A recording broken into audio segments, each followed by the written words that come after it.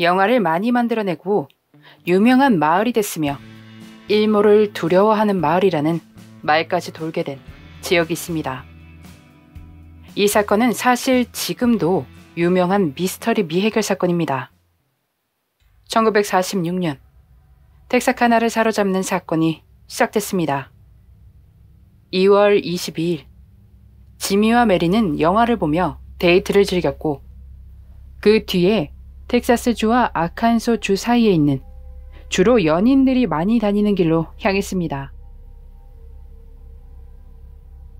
두 사람이 그곳에서 차를 세우고 다시 데이트를 이어나가며 분위기를 잡아가던 그 순간 강한 불빛이 비추었습니다. 정체불명의 사람은 그들이 상황 파악을 하지 못하도록 눈을 향해 빛을 쏘았고 지미를 처리합니다. 지미는 부상으로 인해 얼마간 혼수 상태에 빠졌습니다. 메리는 서둘러 달려나갔지만 금세 따라잡히고 정체불명의 그는 건의 앞부분을 이용합니다. 그런 상황이었지만 두 사람은 살아남았고 경찰에 이 사실을 알렸습니다. 그런데 두 사람의 진술이 달랐습니다. 메리는 흑인이었다고 했지만 지미는 잘 기억은 안 나나 젊은 백인이었던 것 같다고 주장했습니다. 유일하게 동일했던 부분은 범인이 눈과 입이 뚫린 흰 주머니를 쓰고 있었다는 것이었습니다. 지미와 메리는 운이 좋았습니다. 사건이 있고 한 달 후 텍사카나 근처의 연인들의 길에서 리처드와 폴리가 발견됐습니다.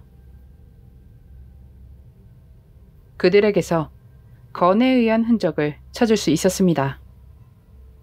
그렇게 또다시 한동안 잠잠하더니 4월 다시 이어집니다. 폴과 베티 커플이었습니다. 폴은 베티를 데리러 갔고 두 사람은 그렇게 소식이 끊기게 됩니다. 그리고 다음 날 두 사람이 발견됐습니다. 폴과 베티 역시 건에 의한 흔적이 있었습니다. 경찰들은 이 모든 사건이 동일범에 의한 것이라고 판단을 내렸고 텍사스 레인저들과 FBI가 투입됐습니다. 정말 많은 연락들이 왔습니다. 정보들을 알려주기 위한 연락들이었습니다. 수사대는 많은 사람들을 조사하고 인터뷰했습니다. 분명 수사대는 움직이고 있었지만 그럼에도 불구하고 사건은 멈추지 않았습니다. 다음은 5월 3일 버질과 케이티 부부의 집에서 일어납니다. 케이티는 좋아하는 라디오를 2층에서 듣고 있었고 남편 버질은 아래에서 TV를 보고 있었습니다. 그때 건의 소리가 울려 퍼졌고 케이티는 서둘러 아래층으로 내려가 남편을 확인한 뒤 경찰에 신고하려 전화기를 들었습니다. 그러던 중 케이티 역시 눈에 상처를 입고 맙니다. 그리고 저벅저벅 발걸음 소리와 밖에 있는 사람이 안으로 들어오려는 소리를 들었습니다. 그녀는 그런 상황임에도 달릴 힘이 남아있었고 집 밖으로 나가 고속도로 건너편에 있는 이웃집으로 달려가 도움을 구하게 됩니다. 신고를 받은 경찰이 출동하지만 현장의 범인은 사라진 뒤였습니다. 이번 사건은 이전의 방식과는 달랐지만 경찰에서 동일범의 소행이라고 발표했습니다. 이 범인은 언론으로부터 팬텀 킬러라는 별명이 붙여지게 됐습니다. 경찰은 버질의 집 근처에서 발견한 붉은색의 손전등을 신문에 실어 누군가 알아봐 주길 바랬지만 특별한 연락은 없었습니다. 이런 험악한 일이 벌어지고 있는 텍사카나에 사는 사람들은 가족과 스스로를 보호하기 위해 집 앞 화분에 트랩을 설치한다던가 작지만 자신들이 할 수 있는 것들을 합니다. 그리고 사건 이전에는 사이가 좋았을 이웃도 의심의 대상에 오르게 됐습니다. 범인을 잡기 위해 잠복 근무도 벌이는데 경찰만이 아닌 용감한 10대들도 있었습니다. 경찰들이 다가가 확인하니 그들은 자신들이 숨겨둔 건을 꺼내 보여주었습니다. 1946년 6월 28일 경찰은 도난된 차량을 찾게 됩니다. 패기와 유엘은 몇 시간 전에 결혼한 신혼부부로 신혼여행을 즐기던 부부 중 부인 패기를 체포하게 된 것입니다. 그리고 아내가 체포된 지 2주 뒤 남편 유엘이 차를 훔치다 체포됐습니다. 정말 환상의 짝꿍입니다. 그들이 나를 의자에 앉힐까? 유엘을 경찰차에 태우고 가는데 그가 뜬금없는 말을 합니다. 차량을 훔쳤다는 이유로 그런 처벌이 내려질 리가 없는데 말입니다. 그래서 경찰은 그가 혹시 팬텀이 아닐까 의심이 들었습니다.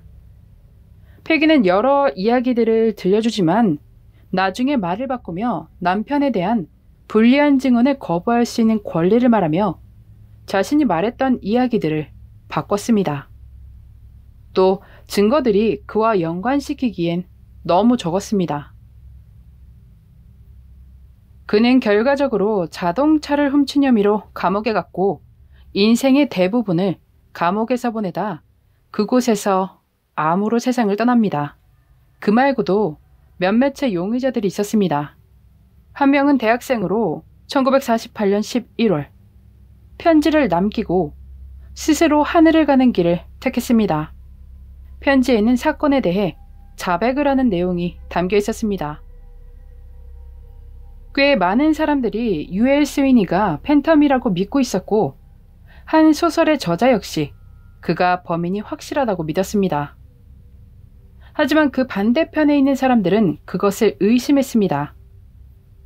1948년에 사라진 카펜터가 팬텀의 소행으로 의심되는데 유엘 스위니는 이미 감옥에 있었던 상태였기 때문이었습니다. 결과적으로 이 사건은 지금까지 해결이 되지 않은 상태입니다. 1999년과 2000년 사이에 익명의 여성으로부터 가족들에게 연락이 왔었습니다. 아버지가 한 일에 대한 사과를 하기 위해서 말입니다. 그렇다면 유엘의 딸이었을까요? 아닙니다. 그는 딸이 없었습니다. 그녀는 관심을 받고 싶은 이상한 여성이었거나 정신병이 있었거나 어쩌면 숨겨진 딸이었을지도 모릅니다. 물론 유엘 스위니가 범인이라는 전제 하에 말입니다. 이 사건은 몇 편의 영화들을 탄생하게 만들었습니다.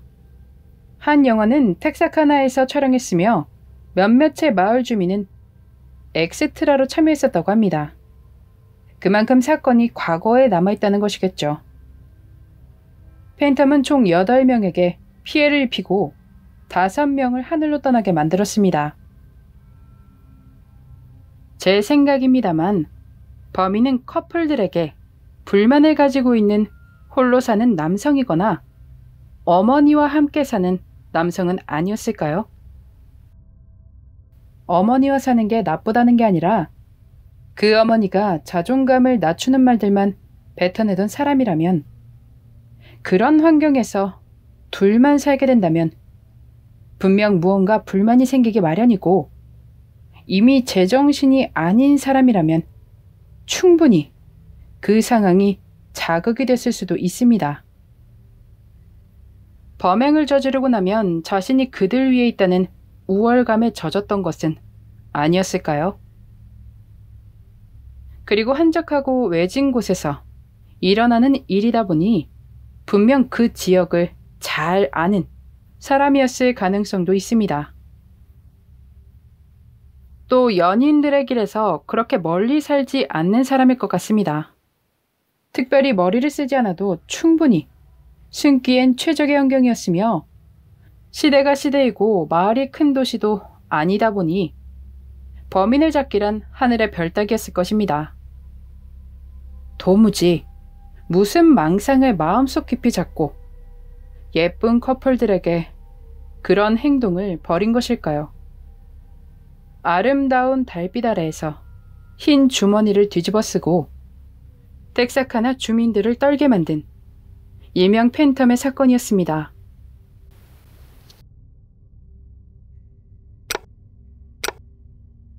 마지막까지 시청해주셔서 감사합니다. 좋아요와 구독은 저에게 큰 힘을 줍니다. 오늘 하루도 수고하셨습니다. 좋은 밤 보내세요.